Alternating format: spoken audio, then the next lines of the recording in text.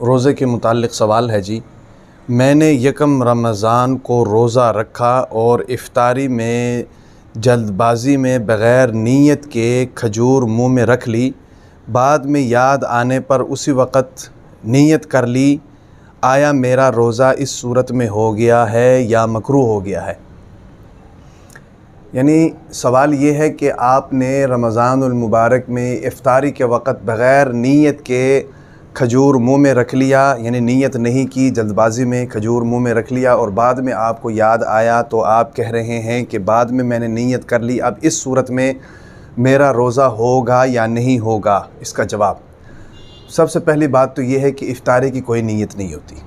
इफ़्तारी की कोई नीयत नहीं होती। हाँ, आपका मतलब ये है कि इफ़्तारी के वक़्त की जो दुआ होती है वो दुआ आप पढ़ना भूल गए हैं, तो इस सूरत में याद रखें कि वो दुआ जो है वो एक सुन्नत अमल है। हुज़ूर नबी अकरम सल्लल्लाहु अलैहि वसल्लम की सुन्नत है इफ़्तारी की दुआ। अगर वो पढ़ ली जाए तो बहुत ही बेहतर है, सुन्नत पर अमल हो जाएगा।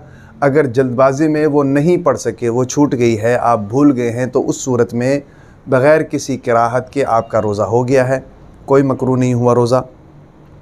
लेकिन रमज़ानुल मुबारक जो है वो हमें सब्र सिखाता है, हर जगह पर हमें सब्र सिखाता है। ज़ाहिर बात है, इंसान जब टेंशन में होता है तो सबसे पहली चीज़ या सबसे पहली गलती जो उससे सरज़द होती है वो बेसब्री है।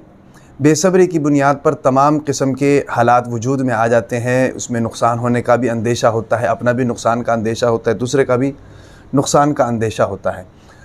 तो रमज़ानुल मुबारक जो है ना जी, रोज़ा ख़ासकर हमें सब्र सिखाता है। क्या हमने भूख पर कंट्रोल करना है, प्यास पर कंट्रोल करना है और इसी तरीके से वो तमाम चीज़ें करनी है जिनका अल्लाह ताला ने और अल्लाह के नबी ने हमें हुक्म दिया है। तो इस टेंशन में बाज़ मरतबा बेसब्री का मुज़ाहरा हो जाता है, तो इसमें जो है अफ़ू व दरगुज़र के साथ काम लेना चाहिए, सब्र के साथ काम लेना चाहिए। ऐन आपने देखा होगा कि ऐन इफ़्तारी के वक़्त हुज़ूर नबी अकरम सल्लल्लाहु अलैहि वसल्लम की सुन्नत दुआ की है।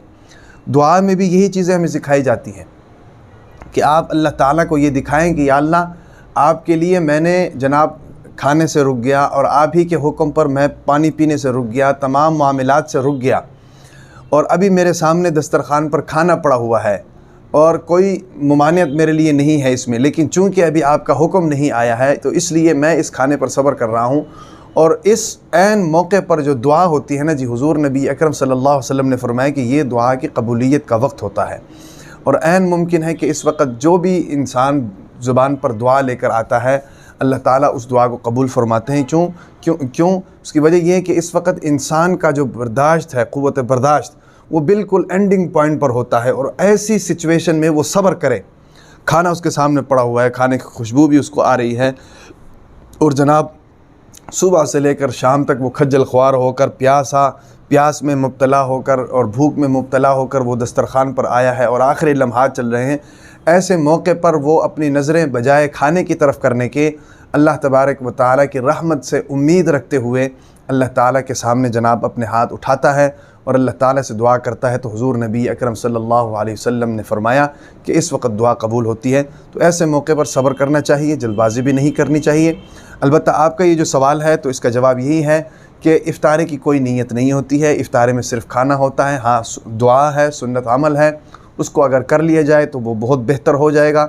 अगर वो जल्दबाजी में आपसे छूट जाए तो बग़ैर दुआ के आपने इफ़्तारी कर ली है तो इस सूरत में आपका रोज़ा मकरूह नहीं होगा।